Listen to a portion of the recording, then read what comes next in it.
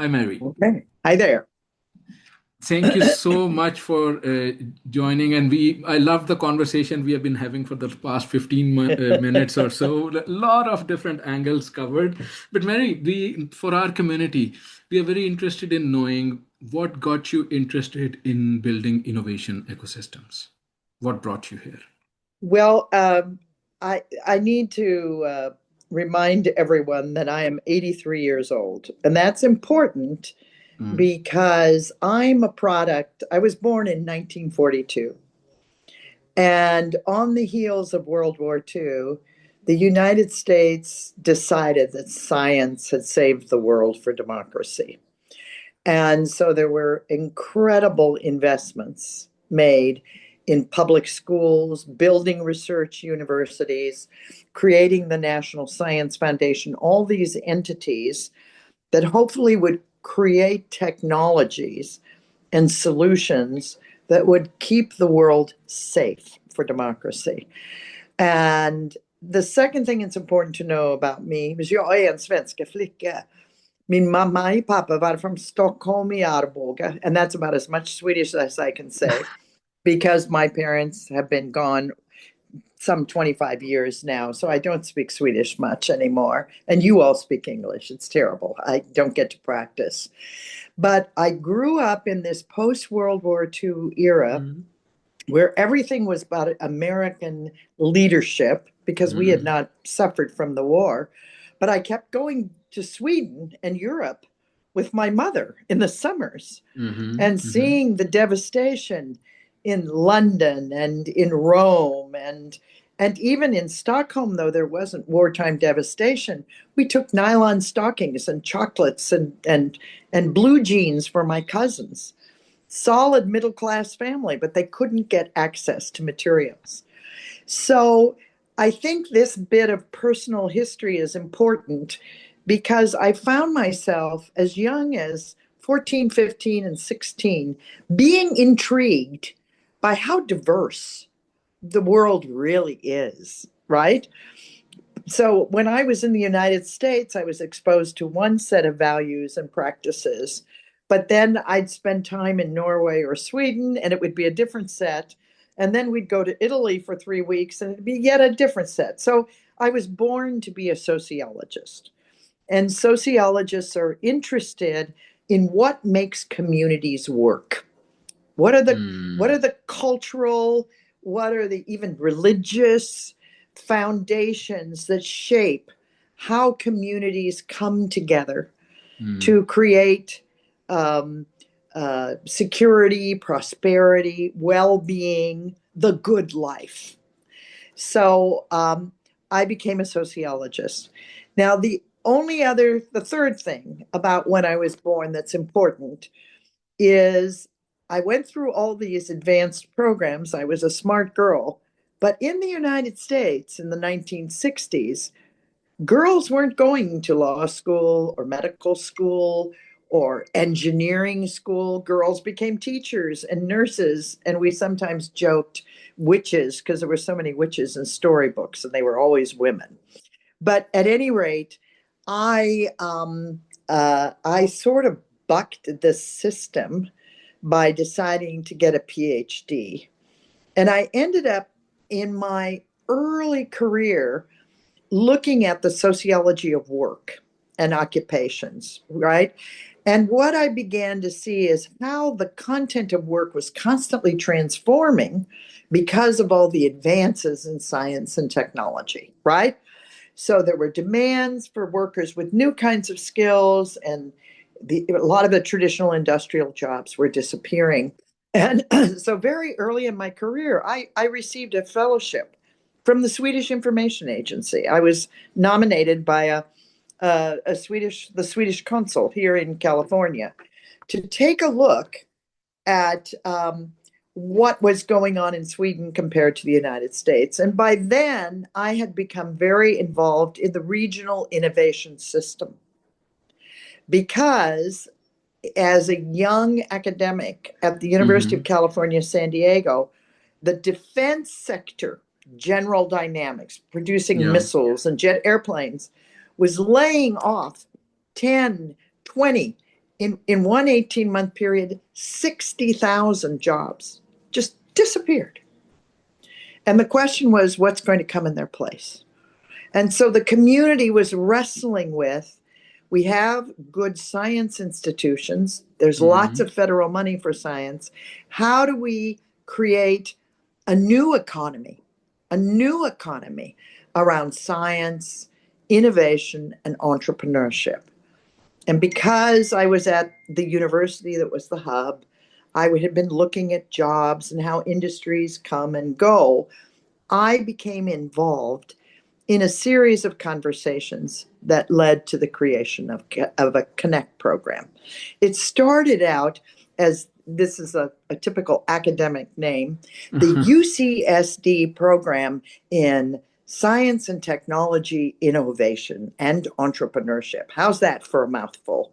And then a marketing person like you, Naimul, said, wait, what you're talking about is how do you accelerate, how do you getting good ideas out of the lab, testing them and commercializing them and creating companies and creating jobs and creating new wealth for the region.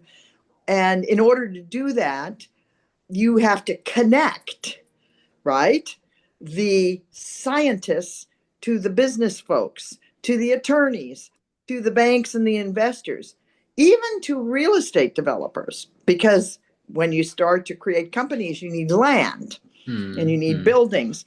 And so we designed this program that was very, very collaborative and invited lots of people to come in. But the community was desperate. Now, I think my being a woman and I think my being Swedish helped me lead that effort for the then chancellor of our university. Okay. Because I was a natural collaborator, as I think most Swedes are. Americans are very individualistic. That's a lot very of emphasis. Yeah, no, they really are. It's not easy for Americans to collaborate. It's often a win-lose kind of environment. Smaller countries like Japan and Sweden, and even places like Latin America with a more Catholic tradition, right? Communitarian social benefit models prevail. But the United States was built on pioneers and immigrants and individuals. And so my being Swedish and being a woman, I think, contributed. So that's when I was asked, when we created that program, and it got very, very early traction and lots of attention, written up in Forbes magazine, that here, what a novel idea, that companies that under other circumstances would be competitive have decided to collaborate so that the region can compete. You see, and that's what Sweden learned in the 20s and 30s. You know, by collaborating, the competitive companies and industries within Sweden could compete globally. And so it took us a long time to learn that in the United States. But by the 1980s, it was taking hold across California. And of course, that's how the Silicon Valley had been working since the 1960s. So that is what brought me to Sweden. And I wrote a paper, and that paper was read by EVA, the folks at EVA, and by a couple of foundations. And that triggered a visit to California that included San Diego. Eva and the King, right? Every few years, the Wallenberg family, all your important investors and industry leaders would go on these junkets, right, to New Zealand or Australia or Italy or California. And they'd always go to the brand name places, the Silicon Valley.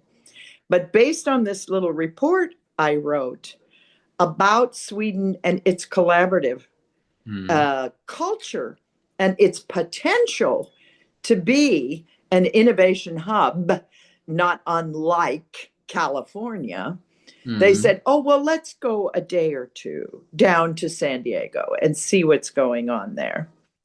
And the leader of the delegation was at the time the CEO of Volvo.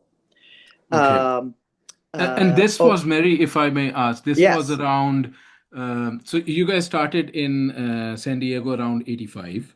Yeah, around 84, 85, we were doing Yeah. our work. And this was by within 5 or 6 years, the Okay. Swedes came to visit. Yeah, it was Hmm. quite early.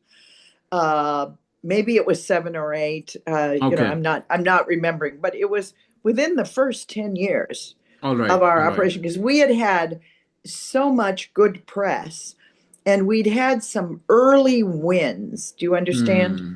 A Yeah, yeah. few companies whose names probably you in Sweden would know, like Qualcomm, like Hmm. Illumina, Hmm. like uh, uh, Biogen IDEC, which now, of course, is based in Massachusetts, but really big wins so that people around the United States were saying, how come San Diego, which little cul-de-sac at the end of California, how come it succeeded so? And it really was. The people were putting time, volunteer time. Hmm. Attorneys were volunteering to advise young entrepreneurs. They angel funds were developed. We didn't have a lot of local venture capital then. Everybody was calling their friends in the Silicon Valley or in New York and saying, you got to come to this conference, you got to come to this meeting, you'll be so Hmm. excited. And so a buzz was created about something different is going on. And again, that's why the Swedes came. And it's very important that you mentioned that. You mentioned that San Diego was not like on the top Oh, when no, it no, comes. no, no, no. San So, Diego was a and I military think, and I contracting think town. my when I arrived in Sweden, it was like before moving to Stockholm, I was in an area called Småland. Småland Yeah, has its yeah, towns, Växjö and Kalmar. yeah. Those are those towns are so much more collaborative. Yes, Stockholm being at the top you thinks got it it. doesn't need Yes, collaboration. that's right. We are That's right. way past that level. So everybody Yes, is running their own race in Stockholm. yes, That's my observation, very selfish yeah, observation. But in Växjö, for example, you could over lunch meet the entire spectrum of political leadership. You could right. meet all All in support one room. ecosystems, press, media, TV, everything was integrated. In a town You of got it. 100,000, it was so much collaborative ecosystem. Like you could Right. actually make things happen in Yes, the short yes. run. And that actually is the story of the Silicon Valley. And if Hmm. you've read that history, when I was a girl, which Hmm. means when I was in middle school and high school, there was Stanford University, and it was surrounded by fruit and nut farms. In fact, in the 1960s, we called it Leland Stanford's Farm because there was so little there. But Hmm. San Francisco had outgrown its ability to create new businesses. And so attorneys, real estate investors started moving south into the Santa Clara Valley and recognized in the 1950s Hmm. what San Diego recognized in the 1980s, the seed corn of new jobs, of new wealth was in science and technology. And there's all this land that's just fruit trees and nut trees. It's hard to imagine. I was up there Hmm. just a few weeks ago for a family event in the heart of the Silicon Valley. I mean, right there around Stanford, but also in the valley. And I was saying to my children, you can't believe what this was like when I was a girl. It was miles and miles of farms. And so even the Silicon Valley has those origins in a Okay. place that is not the big place. Okay. It's a little place where renegades can go and Yes. make things happen. And so there, it is a very interesting dynamic in terms of often it's smaller rising communities Hmm. that exceed the growth of the more established cities. And so, as great as Los Angeles and New York City are, when you talk about national or international rankings Hmm. in life sciences and IT, in important technologies that will change the future, It's not San Francisco, it's Silicon Valley. It's not Los Angeles, it's San Diego.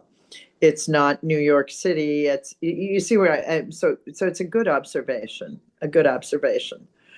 But Amazing. Sweden as a country Mm. is at the time, I mean, Southern California, where we live, had a population of 12 million. And Okay. our region, if you counted the whole region, Mm. was a population of 2, now 3 million. All right. Okay. So, uh, on a sufficient scale to accomplish something, but small enough, you're exactly right, to get everyone in the room. So, I Mm. don't know if that's helpful in terms of my background, but I originally thought it was my gender. Mm. Women are always thinking about, is everybody happy? Is everybody Mm. getting something out of this? But when I did that research project in my mid 30s, which would Mm. have been 50 years ago, in Sweden, I realized it was my Swedishness. And I've Okay. actually given talks because Mm. by American standards, I don't look like an immigrant. I don't look like a person with deep cultural differences. But Mm. in fact, I had grown up in a family and had extended family abroad where it always seemed to me that if the system, if the community was working, if the system worked, the individual could rise. In the United States, we're much more, if we help individuals rise, then they'll create good systems. Mm. And I'm not sure which is right, but I think in the innovation space, collaboration is essential. I completely agree. I think we are, at least I come from a very different geographic region, but our Sure. education was basically American and British education, Yeah. very much competition based, like it was Yes, all competition. So competition we are based. taught Yes. about competition when we are running sports. It's one, two, three, and then Yes. the other 10 people who ran, they are not even counted, they are never mentioned. So there's a mental hierarchy which is always developing. It If you go to music, it's billboards. If you go Yeah. to Netflix, it's movies. So This is the we are United States. Yeah. so we are always in that competitive mode, like a virtual ordering of things. But I Right. think we are billions of people, and we are probably pursuing the similar purpose of happiness, for example. So Yeah. that's Yeah. probably the common bond between the species. So I Yes. don't know, are we really in Well, it's competition? a very perverse kind of system because here I am at my age and I can still remember that I was number 11 in my high school class, Okay. which meant I wasn't in the top 10, even though the high school class was 400. Right? I mean, isn't that crazy that you still remember something like that? And so I felt I wasn't good enough because there were the top 10, and they went to Harvard and Stanford, and I went to anyway. Yes, it's quite, but But you Swedes are, mentioned yeah. you mentioned something very important. I think it came out in a couple of conversations which I've had recently, a couple of them on Startup Grind as well. Like you talked about maybe as maybes, so I qualify that with maybe the Swedish background, or being on the gender side. And I Mm-hmm. think that's very important because I had this conversation with a female VC who is building something for female entrepreneurs. If an industry is by design developed by one particular gender, it operates on the rules developed by that gender. Mm-hmm. And the point is, if somebody different comes into the room and devises something, I think that should have equal chance, and probably that is a different and a better way of moving forward. So I think Yeah. it's that diversity of being in different geographic places, coming from a different background, that probably pushes a new innovation on the table. Otherwise, we will be Well, running the same thing. something you and your listeners or participants may not be aware of. 50% of the companies in the Mm, Silicon Valley mm, are led by immigrants okay. and first generation. A significant amount of the venture capital is led. There's not Mm, as much gender diversity as there is social and geographic diversity. Now, some of that is America for years after the war, right, was a magnet for the best and the brightest all over the world. So you have lots of good scientists and engineers. But what the diversity represented was access to funding sources, access to diverse talent pools, access to supply networks and to markets that really was important to the success of those companies. And it's continued. And there was actually a book written about the Silicon Valley, built on the Greek myth Jason and the Argonauts, and that Silicon Valley was full of traveling adventurers who ended up and created value there. So your point about diversity, it has nothing to do with social justice and everything to do with creativity and access and, the importance of diversity to invention and to innovation. Yeah. I completely agree with that. And I think what I see in very early stage Swedish ecosystem, there are a lot of immigrants that come in by design. Job market doesn't accept them on the first pass. So they are pushed into creating solutions. Yeah. And when they create solutions, being an outsider, they look at the system in a different way.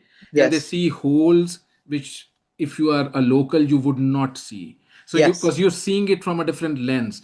And hence that happens. So I think it's a very interesting conversation thread that came out.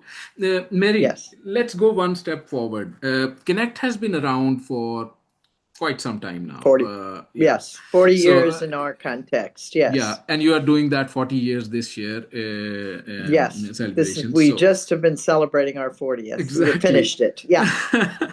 So if we reflect back, what's the achievement? What have we achieved as Connect? Well, what are there a couple of things that we can say, this is what we brought to the ecosystem or the larger startup or innovation building system? This is what we brought. Well, it's not, Connect was the first, but very quickly, within 5, 6, 7 years, you also got collaborative networks within the biosciences and life sciences, within IT.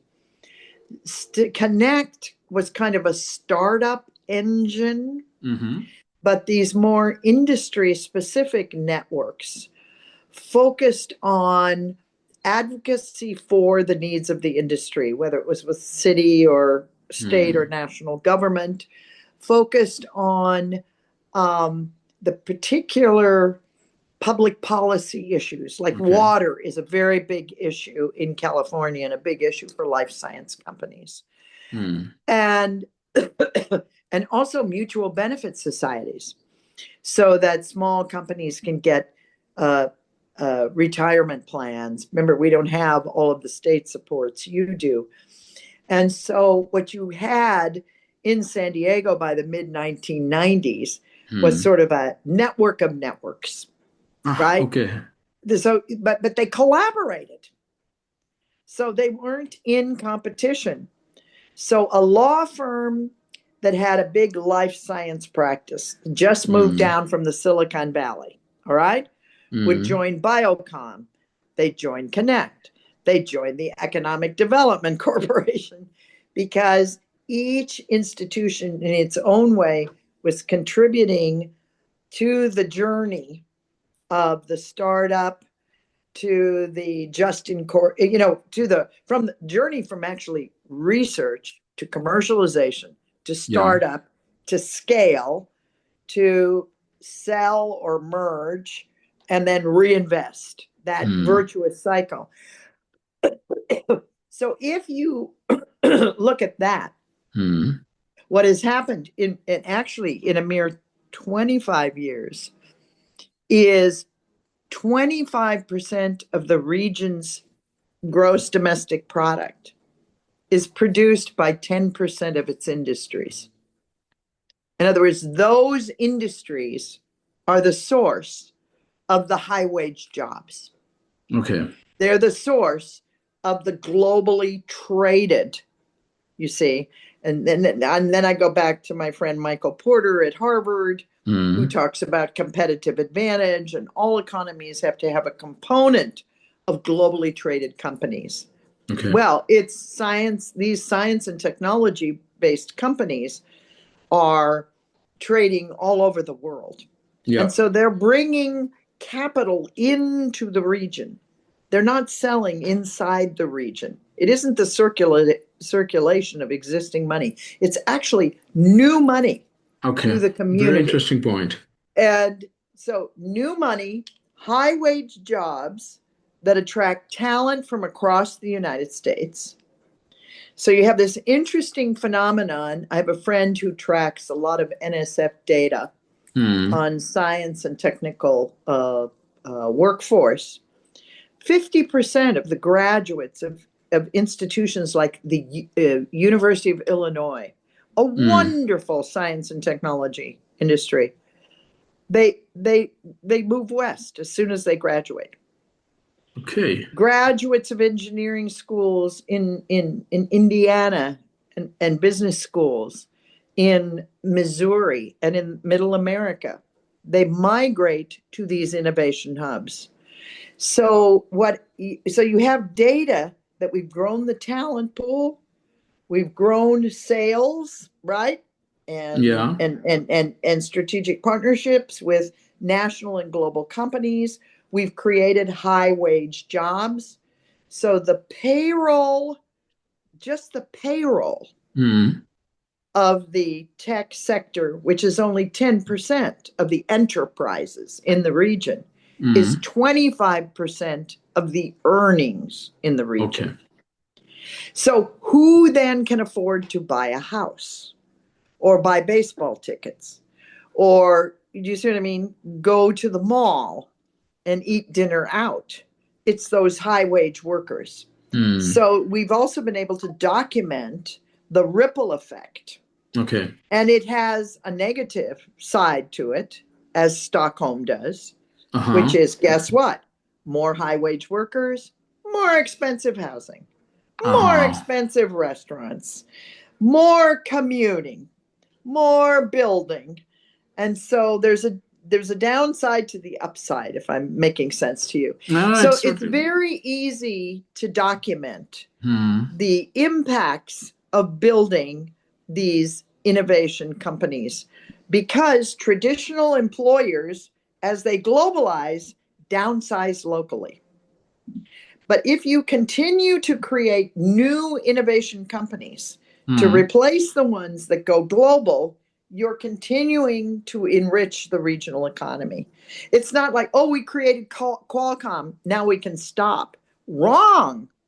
Okay. Because only a certain percentage of Qualcomm's employees live and work in San Diego. They're all over the world and all over the United States. It's like Ericsson. It's like Volvo. You have to have a global footprint. But innovative companies, startup companies, growth companies that are trying to scale can be intensely local. Yeah. And throw off all kinds of local benefits. So you need the churn. You're never done. It's constant evolution of your regional economy. You mentioned Volvo, Ericsson just a couple of seconds ago. And if we go back to Sweden, how is Sweden perceived? Like in your ecosystem? Yeah. In I'm very my curious. ecosystem, in my ecosystem, which is narrow, not in America, Okay. Sweden still carries the very negative stereotype of the nanny state. Okay? When I was a girl, President Eisenhower, who sort of was the general on the European front during World War II, referred to Sweden as a nanny state, right? Where the government takes care of everything and everybody. Okay. And I think there is still that notion, they pay taxes, they don't have control over their lives. More educated people particularly university leadership, scientists, engineers, venture capitalists, they know on a per capita basis that Sweden, the Silicon Valley, and until recently, Israel were the Israel, yeah. three hottest places in the world. That what is happening in Sweden is the investment in science and the public education Hmm. that you provide, and increasingly, I think the openness to outsiders and Yeah. the willingness to globalize companies has created a little juggernaut with 10 million people that is to be reckoned with. So Sweden has a very positive Okay. reputation. And the Nobel Prizes are part of that Hmm. because it speaks to a culture that values invention and innovation and breakthroughs that end up solving real world problems. Hmm. Hmm. So in that sense, it's very well respected. I think in the 50 years that I've been sort of Hmm. watching the Sweden American dynamic, most Americans don't appreciate how much of Swedish tax law has changed to benefit small companies and entrepreneurial companies. But your labor laws still are quite constraining because Hmm. by my understanding is if you work for a company for 6 months, you have to become a permanent employee. And one of the flexibilities, you could call it exploitative, of American companies is you've got kids working for nothing, working for stock, right? Working for the chance that the company will succeed. And sometimes they're college graduates and sometimes they're Hmm. PhDs. Hmm. But it's, because they're putting in their sweat equity, if that makes Hmm. sense. Hmm. And there aren't laws that say, oh, you're exploiting them. So the public policy environment in Sweden on some fronts has been very favorable to innovation, and on others may still be constraining. On the other hand, the extremes of wealth and poverty that we've seen in the United States, though happening in Sweden, because there is a growing gap, a shrinking middle class, even in Sweden, but it's not as great. And most CEOs really understand the value of what we call the social safety net, but what you call investment in human capital, Hmm. which Hmm. means a healthy population that has health care, that is can be has access to education, that takes care of its old people, and has good transportation infrastructure. We have none of that in the United States. No, but I think even the And we are startup. paying the price right now. So I'm not sure there's a better way. There are Hmm. different ways, but I'm absolutely convinced that the only way out of inequality Hmm. is to create new value and new Yeah. enterprises, but in a manner that benefits a broader range of people, not Hmm. just a narrow range of people like we're seeing in the United States right now. And I'm I think worried on we're the. taking up too much of your airtime No, on no, but philosophy. it's really good discussion. Like with Sweden, I think one of the most important things is that we over the last 10 years we have focused a lot on environmental and social impact. So that's a very strong positioning Yeah. Sweden and Nordics has developed. I also like, although many of my colleagues in the same space in the European strict law structures, GDPR and all, I like those because I think you need to have some basic guardrails in place for things to be worked on, and I think that's, as we were discussing just before the talk, that kind of drives innovation in a different direction. Like you could Yes. still It innovate, it's makes not it an. slower. Yeah.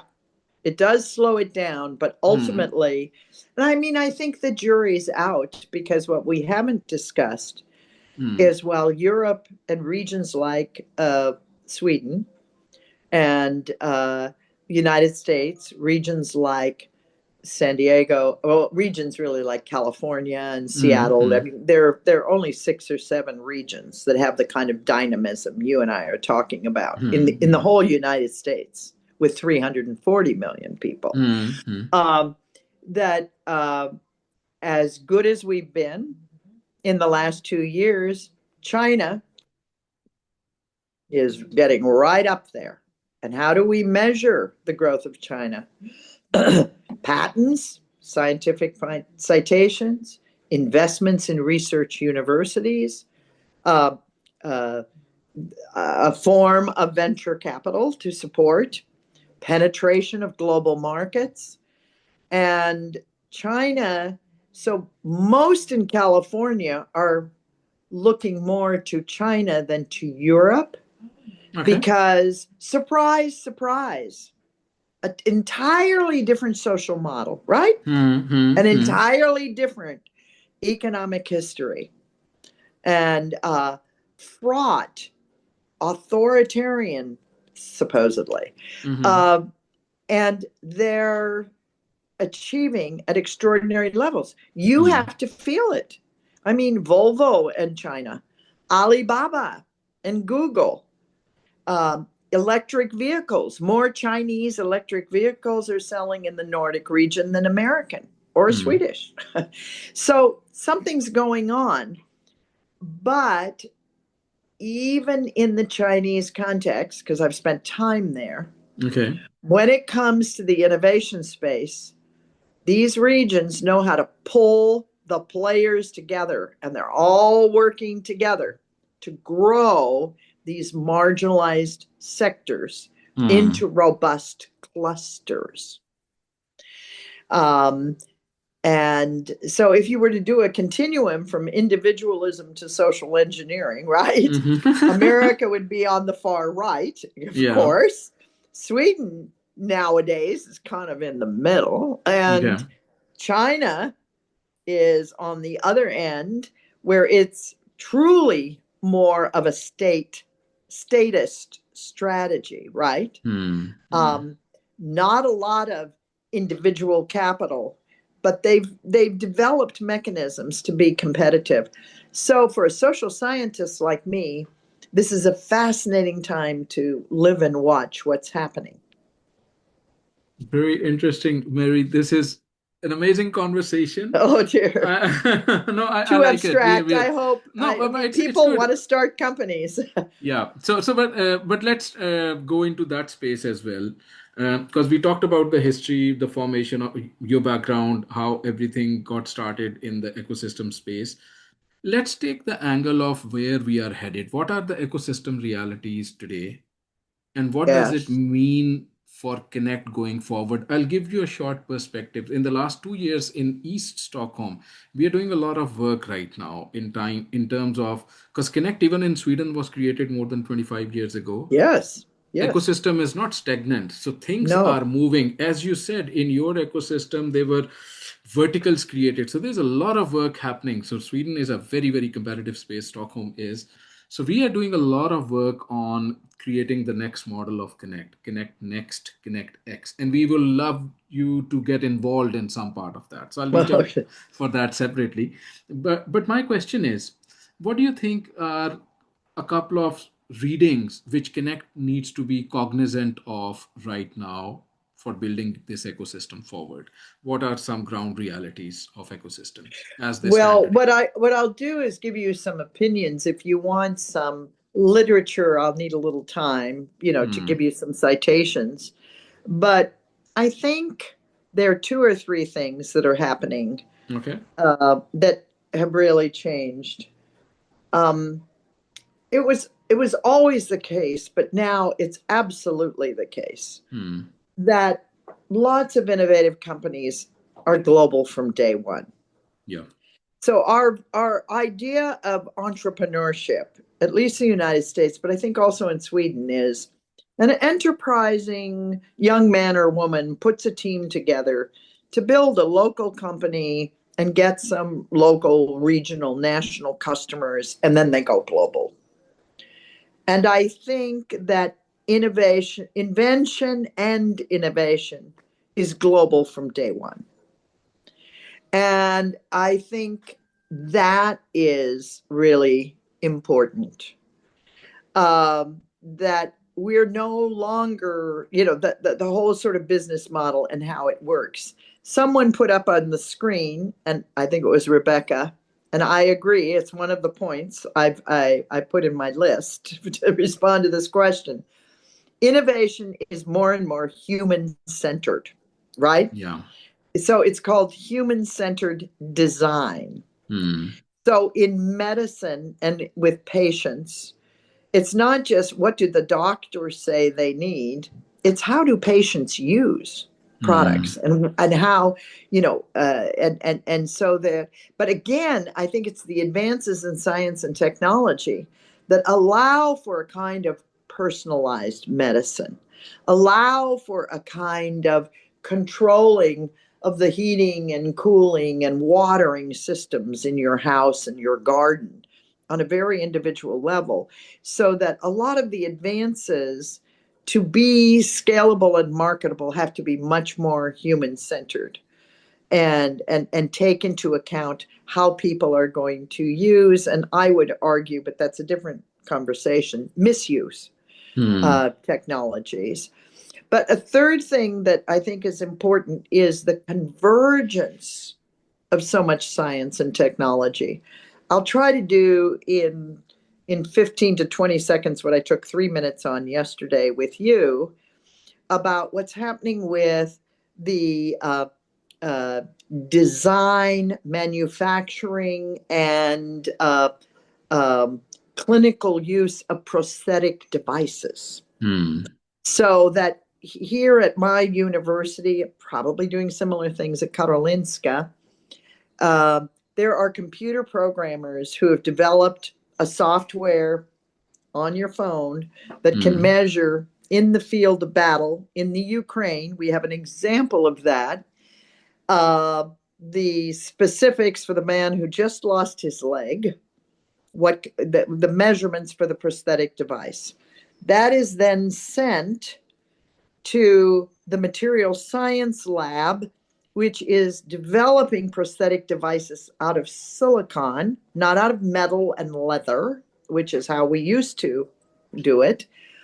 And then that is sent to the lab where they computer Hmm. manufacture a silicon prosthetic in 6 hours. They then FedEx it to the Ukraine, and a dentist, this is a true story, not an orthopedic surgeon, Uh-huh. helps fit the device because there aren't orthopedic surgeons. But the dentist sent the specifications, and he has a hair dryer. Silicon, when you're fitting it, the heat allows you to, to help fit it properly.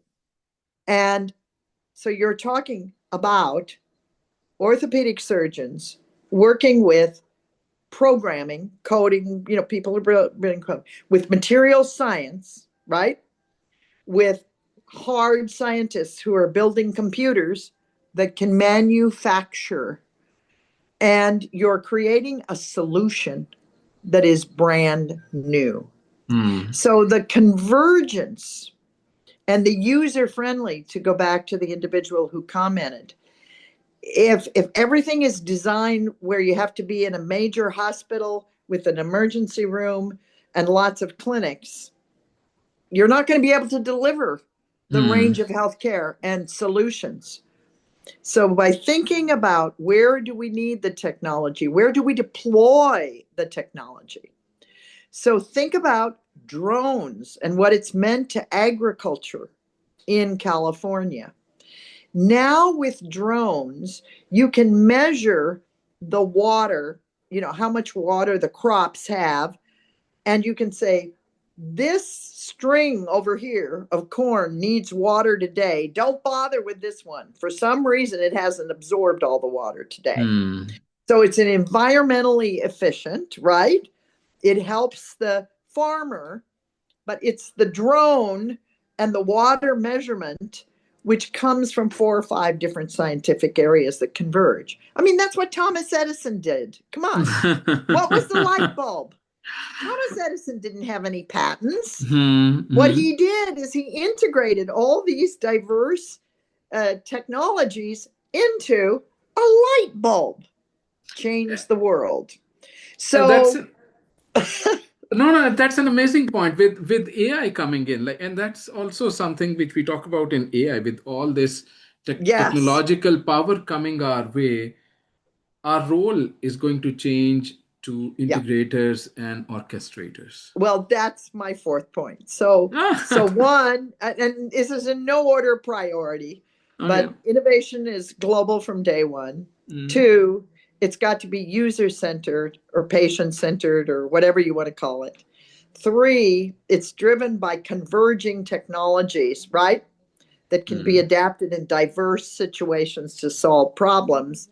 And four, with AI, we have the tools now to do this across technology arenas and mm. around the globe if we use it in If we ethical use it, yeah. and socially constructive ways. And that's a big if. So Yeah. you're exactly right. The technology has gotten so advanced that the nature of the relationship between the individual, the human being Mm, who's creating or using, and the technology, the machine, mm. is radically different Yeah. than when we started back in the 1980s. I was in control of Mm, mm, everything.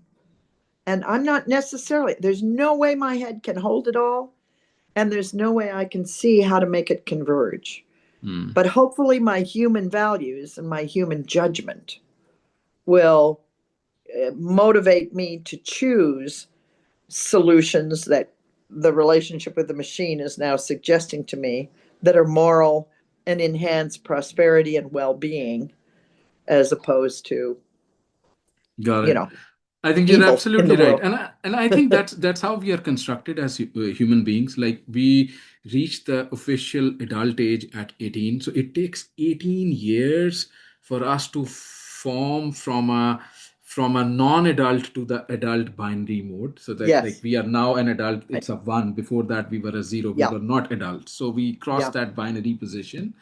So we learn from our micro experiences, we adapt. So we are running these innovation cycles in our lifetimes as well. Yes. So I Yes. think the only difference between this and other tech is the speed of this tech is way Oh, it's the faster speed. than The speed our is extraordinary. Yeah. ability to learn, to observe, learn, digest, reflect, make error, go back, improve. So that entire cycle of the human learning cycle, it's kind of in a state that technology is too fast, so it's skipping the cycle. So that's, So, a I think, the colleague and I have just finished a book, uh-huh. and we hope it will be published by a distinguished publisher. It won't be out for a year and a half because that's how Okay. slow publishing is. But we're basically addressing the fact that our education and training systems Hmm. are too slow, Yeah. that the advances in technology are happening 2 year, 4 year cycles. And we're taking 4 to 10 years to educate people to work in these systems.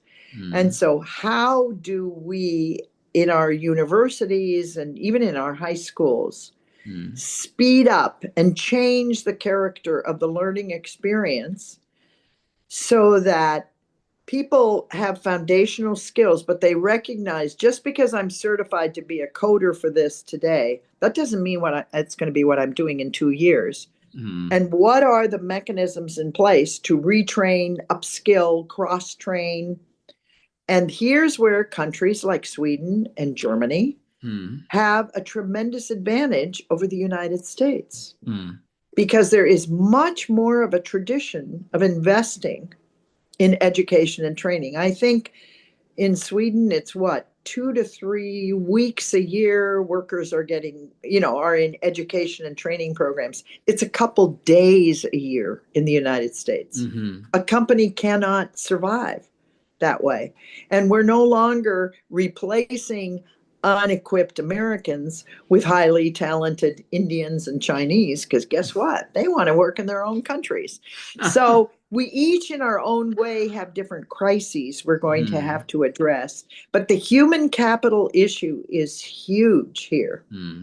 We keep thinking, oh, we'll get the technology, we'll get the technology. But if you don't have the people to build the data centers, Yeah. If you don't have the people who have the highly sophisticated skills to interact with and build the programming platforms and adapt them or adapt to them, you're going to have a problem. And that's all an education and training problem. It's not just an invention and entrepreneurship problem. Exactly. So Completely for agreed. me, human capital, which has always been critical, is the sine qua non of the survivability of any nation. And it's Exactly. and how we develop that human capital, there is no precedent for it. Yeah. The old models are problematic. I think we were just before the talk, we were talking about, we were discussing, like I have this model of probably creating someday a venture fund around civilization level impact. And I Yeah. think part of that is that any and all innovation needs to be human first. Because the Yes. point of innovation is to be human first. If we are at the end doing an innovation which benefits human race, that's the right direction or that's the right step. I don't know. I hope you are correct. Oh. I'm living in a country right now where that does not seem to be the dominant value. But someone popped on the screen, and I see we're getting close to 11 o'clock my time, 7 Yeah. o'clock your time, so we have to close. But it was a very good question. Should you be an expert? And I have an answer to that. Yeah. And we're arguing this in our book. I think the best thing we can do for children and young adults is assure they're generalists. Yeah. That they understand math, that they understand science, that they understand global religions, that they understand histories of different geography, and also the ins and outs of science at a general level. Then I think you become an expert, but you'll probably be an expert 5 or 6 times in your life in different areas, because the expertise, the narrower knowledge, will come from really fast certificated education programs. 4 months of 40 hours a week, 5 days a week of training in an area of application and expertise. 5 years later, oh yes, well, that expertise is useful, but I need to now apply it in biotech, or I'm going to move into agriculture. So then you go into a 2-week seminar and you upskill. So expertise is not fixed. Yeah. Right? Being educated is knowing how to learn, knowing how to detect what we call in the United States bullshit. And I think the character of my education means I have a pretty good bullshit detector. Okay. And so even when Chat GTP and Claude give me answers, I know how to say, nah, I think there's a problem with that. I think I'll go back and check this, or I'll go back and check that. So yes, to the person who said an interesting idea about expertise, Yeah. I do think that you're not an expert for life. You're educated for life, and you're an expert in different areas of practice or of whatever throughout your lifespan. And if you're well educated, you can quickly become really knowledgeable in narrower fields. But don't start narrow, start broad. Yeah, I think that's a very important point, because I think it's going to be a lot fluid going forward, because the way technology is evolving. So I think we are in a space of blended kind of intelligence. There's artificial intelligence, human intelligence, but somewhere there is also some sort of a civilization level intelligence which is constantly. So we need to blend these data points together. So Mary, what an interesting discussion ended All with. right. My clock just rang 11. Awesome. So I hope I haven't overstayed my welcome. And No, I hope we this is got to the amazing. topics you We wanted got to to the cover. topics. We got to the topics. We have a major day tomorrow, so we have like 12 startups which are waiting on the other side. We need to check their pitches. Wonderful. But we are very thankful, Mary, that you could take the time out. Very I'll nice meeting you. definitely reach out to you with some of the ideas we are developing on Connect's next model in Sweden, Yes. and Yes. would love your input there.